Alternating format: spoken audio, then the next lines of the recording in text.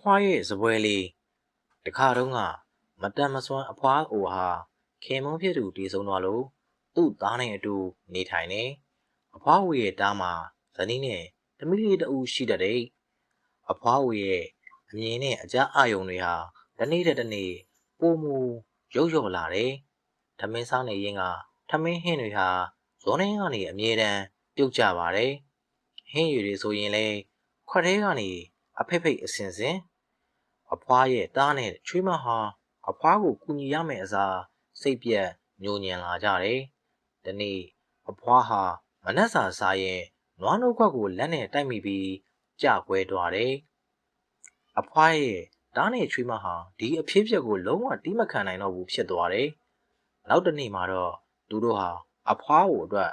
စပွဲတေးလေးတစ်လုံးပြုတ်လုပ်ပြီးအခန်းတော့တနေရာမှာထားပေးလိုက်ကြတယ်။အဖွားကိုအတွက်စားစရာတွေကိုအဲ့ဒီနေရာမှာပဲပြင်ပေးလိုက်ကြတယ်။အဖွားဟာခက်လန်းလန်းကထမင်းစားစပွဲကြီးမှာပဲထိုင်နေကြတဲ့မိသားစုတွေကိုသူ့စပွဲကနေမျက်ရည်လက်ချင်းနဲ့ကြည့်မိနေမိတယ်။တနေ့တော့အဖွားရဲ့မြေးလေးဟာ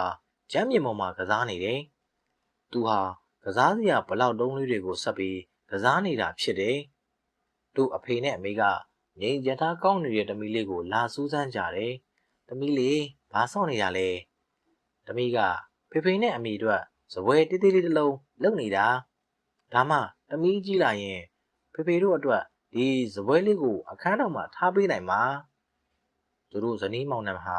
တဦးနဲ့တဦးကိုကြည့်ပြီးငိုမိကြတယ်။နောက်ရက်တွေမှာအဖွားအိုဟာမိသားစုဝင်တွေနဲ့အတူထမင်းစားခွင့်ရသွားတော့တယ်။အခုတော့ဒါနဲ့ချွေးမတို့ဟာအဖွားအိုပေါ်ညှို့ညင်တာတွေအပြစ်တင်တာတွေမရှိတော့ဘူးတဲ့ကွယ်